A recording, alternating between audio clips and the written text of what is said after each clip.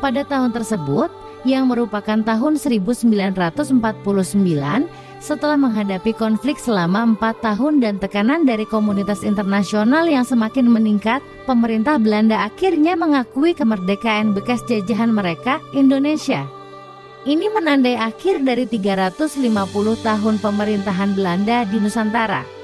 Namun, pertanyaannya adalah bagaimana mungkin negara sekecil Belanda bisa mengendalikan koloni yang hampir 50 kali lebih besar dari ukurannya dan mencakup sebagian besar dunia sambil mereka sendiri terjajah oleh Spanyol dan Prancis. Dalam wilayah ini terdapat berbagai agama seperti Islam dan Buddha, serta kerajaan Hindu, dan lebih dari 600 kelompok etnis asli. Namun pada akhirnya semua entitas ini akan tunduk di bawah pemerintahan Republik Belanda. Nah, paling tidak itu adalah gambaran sejarah yang telah ditonjolkan kepada kita sejauh ini. Apakah benar klaim bahwa Indonesia dijajah Belanda selama 350 tahun? Apakah kita semua sudah menjadi mangsa kebohongan belaka? Mari kita simak bersama.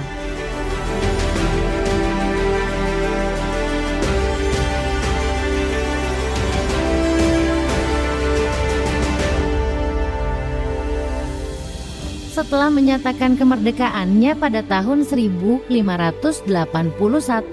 Republik Belanda terlibat dalam konflik selama 80 tahun melawan mantan penguasanya, Spanyol. Spanyol saat itu menjadi kekuatan penjajah utama dengan pengaruhnya yang merentangi berbagai penjuru dunia yang dikenal saat itu. Portugal yang terhubung dengan Spanyol melalui ikatan pribadi di bawah pemerintahan Philip II juga terpaksa berperang melawan Belanda dengan kerajaan kolonialnya sendiri.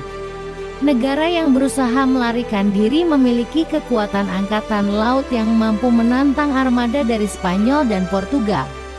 Dengan menyadari potensinya, mereka mengadopsi strategi menyerang harta milik musuh di wilayah luar negeri dengan tujuan mengalihkan perhatian dari panggung pertempuran di Eropa.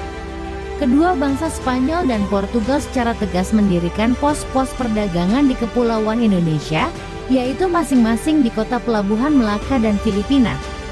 Perdagangan rempah-rempah yang mengalir melalui wilayah-wilayah ini sangat menguntungkan dan segera menarik perhatian pedagang Belanda. Lada, kayu manis, pala, cengkeh, dan berbagai rempah-rempah lainnya yang tidak hanya digunakan dalam bidang pengobatan, tetapi juga menjadi bahan pembakar aroma dalam hidangan para bangsawan di Eropa. Ekspedisi awal yang dikirim oleh Belanda dikomandoi oleh Cornelius de Houtman. De Houtman menghabiskan 2 tahun di Lisbon, ibu kota perdagangan rempah-rempah Eropa pada saat itu. Ia mengumpulkan informasi tentang kepulauan dan mempelajari peluang perdagangan yang mungkin. Setelah kembali, sebuah perusahaan perdagangan didirikan dan ekspedisi pertama dilengkapi pada tahun 1595. Menuruni pantai Afrika sepanjang Tanjung Harapan dan melalui Selat Sunda, Belanda mengarungi lautan hingga akhirnya mencapai Pulau Bali. Raja-raja pulau tersebut menjalin perjanjian persahabatan dan perdagangan dengan Belanda sehingga Belanda berhasil membeli sejumlah pot lada. Meskipun pembelian tersebut relatif kecil, namun menanggung sebagian besar biaya ekspedisi secara keseluruhan. Keberhasilan persaingan dalam pelayaran meyakinkan para investor bahwa Belanda mampu menggantikan Portugal sebagai pemasok rempah utama ke Eropa. Pada tahun 1598, 5 ekspedisi dengan total 22 kapal disiapkan menuju Indonesia. 13 kapal mengelilingi Tanjung Harapan dan 9 diantaranya melewati Selat Magellan. Kapten salah satu kapal yang melaju ke arah barat kembali melalui Tanjung Harapan dan menjadi orang Belanda pertama yang berhasil mengelilingi dunia.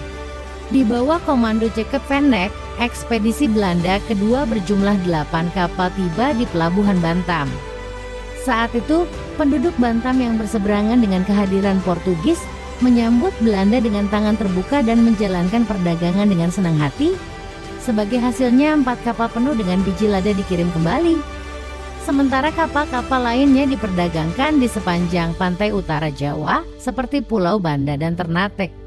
Setelah ekspedisi terakhir kembali dan akun disusun dengan mengejutkan, keuntungan sebesar 400% diumumkan.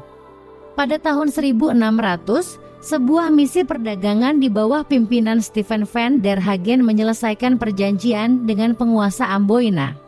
Belanda diberikan izin untuk mendirikan benteng yang dikenal sebagai Kastel Van Verre dan dijanjikan pengiriman semua kain yang diproduksi di pulau tersebut.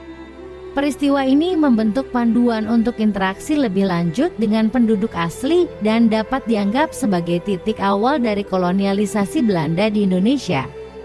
Dalam mengatur perdagangan yang menguntungkan, beberapa faktor penting harus dipertimbangkan. Harga-harga naik karena persaingan antara pedagang dari berbagai perusahaan. Ketegangan dengan bangsa Portugis dan Spanyol juga menimbulkan kekhawatiran besar. Selanjutnya, pendirian East India Company Inggris mengancam untuk mengganggu jalur perdagangan Belanda. Semua faktor ini meyakinkan Belanda bahwa hanya melalui usaha nasional yang bersatu mereka dapat menjamin dan mengembangkan perdagangan mereka. Dari sinilah terbentuknya Dutch East India Company (VOC), perusahaan perdagangan Belanda. Tujuannya adalah untuk meraih dominasi dalam perdagangan di wilayah Asia. Dutch East India Company (VOC) didirikan pada tahun 1602 oleh pemerintah Belanda. Perusahaan ini diberikan monopoli perdagangan di kawasan antara Tanjung Harapan dan Selat Magellan. VOC memiliki kekuasaan untuk menjalin perjanjian dengan kerajaan-kerajaan lokal, mendirikan benteng, memelihara pasukan bersenjata dan garnisun, serta menunjuk pejabat kehakiman. Di Belanda, setiap kota pelabuhan penting memiliki kantor VOC yang terbesar berada di Amsterdam. Ini mencerminkan semangat kewirausahaan Belanda. Setiap dewan di kantor tersebut mengatur operasi kapal secara independen, tetapi keuntungan dan kerugian harus dibagi bersama. Setelah pendirian perusahaan ini, Belanda memperluas upaya mereka dalam mempertahankan dan meningkatkan jaringan perdagangan mereka. Pabrik-pabrik baru didirikan di Jawa, Makassar, Ceylon, dan wilayah besar India. Perjuangan untuk mengusir Portugis dan Spanyol dari Nusantara pada awalnya mengalami keberhasilan yang beragam. Armada Portugis berhasil dihancurkan di Johor pada tahun 1602, tetapi serangan terhadap Melaka dan Filipina mendapatkan balasan. Ketidakstabilan posisi Belanda di Nusantara mendorong munculnya pesaing baru, yakni British East India Company. Pada awalnya, Inggris mengikuti langkah Belanda dengan harapan mendapatkan keuntungan dari kerja keras orang lain. Kilang-kilang Inggris didirikan di Aceh, Jakarta, dan Makassar. Persatuan di tanah air melawan musuh bersama, mahkota Spanyol, membuat Belanda awalnya memperlakukan Inggris dengan baik, mengikuti kebijakan diplomasi dan kerjasama. Belanda segera menyadari bahwa pasar rempah di Eropa memiliki keterbatasan. Persaingan yang semakin ketat di Nusantara akan mendorong penguasa lokal untuk menjual rempah-rempah dengan harga yang lebih tinggi. Sementara itu, pedagang Inggris akan menciptakan tekanan dengan menurunkan harga jual rempah-rempah di Eropa, mengurangi potensi keuntungan perdagangan. Karena alasan ini pada tahun 1608, armada dan gubernur Belanda yang beroperasi di Indonesia diperintahkan untuk memonopoli perdagangan dan mengurangi pengaruh persaingan Eropa lebih lanjut. Serangkaian peristiwa berikutnya terjadi. Kedua perusahaan pesaing ini merusak perdagangan satu sama lain di wilayah ini. Di bawah tekanan dari pemerintahan masing-masing, kedua belah pihak bertemu di London pada tahun 1613 dan di Den Haag pada tahun 1615, tetapi tidak ada perjanjian yang dicapai. Setelah rundingan mereka gagal, Belanda akhirnya memutuskan bahwa satu-satunya cara untuk mempertahankan dan memperluas perdagangan mereka adalah melalui penaklukan penuh. Gubernur Hindia Belanda yang baru dilantik, Jan Cohan, menetapkan kebijakan mengenai pengembangan wilayah dan pengusiran pihak Spanyol, Portugis, dan Inggris. Perdagangan rempah diakui sebagai masalah keamanan negara dan oleh karena itu harus dipertahankan dan dimonopoli dengan semua cara. Langkah pertamanya termasuk mengamankan Kepulauan Maluku dan Banda. Kilang di Jakarta diperluas dan diperkuat berdasarkan perintah dari penguasa setempat, Pangeran Jayakarta, serta kerjasamanya dengan Sultan Bantam. Didorong oleh kehadiran Inggris di wilayah tersebut, Pangeran memberikan ultimatum kepada Belanda untuk meninggalkan kubu mereka. Meskipun Belanda menolak permintaan tersebut dan memilih untuk bertempur, pengepungan berlangsung selama 4 bulan. Jan Chohan akhirnya mundur ke Maluku mengumpulkan pasukan bantuan dan berhasil mengalahkan pasukan pengepung serta menghancurkan kubu di Jakarta. Di tempat tersebut mereka mendirikan sebuah kota baru. Kota ini kemudian menjadi markas besar VOC di timur. Untuk menghormati akar budaya dari mana Belanda berasal, yaitu suku Batavi, kota baru ini diberi nama Batavia. Setelah mengalami kekalahan dari sekutu utamanya di wilayah ini, Inggris tidak mampu mempertahankan pengaruh mereka. Kilang-kilang mereka dihancurkan atau direbut dan dari waktu ke waktu mereka diusir dari wilayah ini. Akibatnya, Belanda akhirnya mendapatkan kendali lebih kuat atas interaksi dengan penduduk asli dan mulai mengembangkan pengaruh mereka secara stabil sambil mengurangi pengaruh Portugis dan Spanyol. Pada tahun 1641, Melaka ditaklukkan dan orang Spanyol diusir dari Maluku, meninggalkan Belanda sebagai kekuatan Eropa terkuat di Nusantara. Pada tahun 1656, Sultan Ternate ditawan dan kemudian dikembalikan sebagai bawahan de facto kepada perusahaan. Kedudukan negara di Sumatera dipastikan setelah ekspedisi hukuman melawan Sultan Palembang. Pada tahun 1666, Sultan Tidore mengakui pemerintahan Belanda. Pada tahun 1667, Makassar mengalami nasib serupa. Kedudukan Belanda di Jawa dipastikan pada tahun 1682 setelah penaklukan Bantam, dan pada tahun 1684 setelah intervensi dalam Perang Saudara Kesultanan Mataram, menjadikan mereka kekuatan terkuat di pulau tersebut. Dengan naiknya Belanda ke takhta, Sultan yang baru memberikan dukungan politik dan kesadaran ekonomi kepada Belanda, yang pada akhirnya membuat mereka menjadi negara pelanggan. Pada awal abad ini, VOC berada di puncaknya dan menjadi penguasa Indonesia yang tidak terbantahkan. Namun posisi mereka sulit dipertahankan. Biaya pemeliharaan benteng dan pasukan bersenjata, praktik pencetakan mata uang palsu, dan konflik dengan Inggris terus merusak keuntungan. Akibat penurunan perlahan dalam paruh kedua abad ke-18, Perang Inggris-Belanda keempat membawa bencana bagi perusahaan tersebut, menyebabkan kebangkrutan.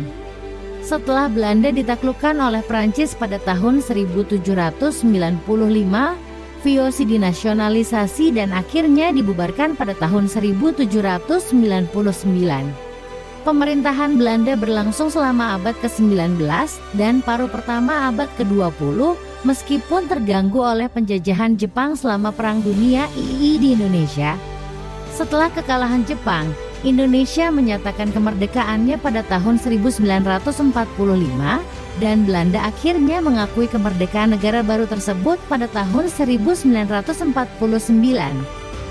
Maka apakah benar bahwa Indonesia dijajah Belanda selama 3,5 abad?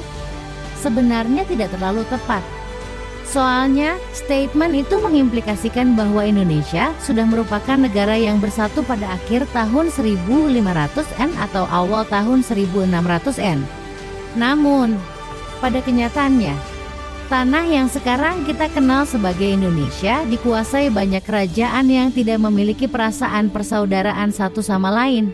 Apalagi mereka tidak mempunyai sentimen nasionalis atau rasa persatuan lainnya. Faktanya, perang antara kerajaan-kerajaan itu terus terjadi sebelum, dalam kurung, hampir semua kerajaan itu ditaklukkan Belanda. Rasa persaudaraan dan nasionalisme di antara bangsa-bangsa Indonesia baru muncul awal abad ke-20. Lagi pula, seluruh wilayah yang sekarang kita kenal sebagai Indonesia tidak ditaklukkan oleh Belanda pada waktu yang sama, dalam kurung, dan kemudian dimiliki Belanda selama 3,5 abad. Sebaliknya, ekspansi politik Belanda di Nusantara agak pelan-pelan dan bertahap, makan waktu beberapa abad sebelum wilayahnya di bawah kendali Belanda, dan di beberapa bagian kendali Belanda itu sangat dangkal. Seperti di Aceh.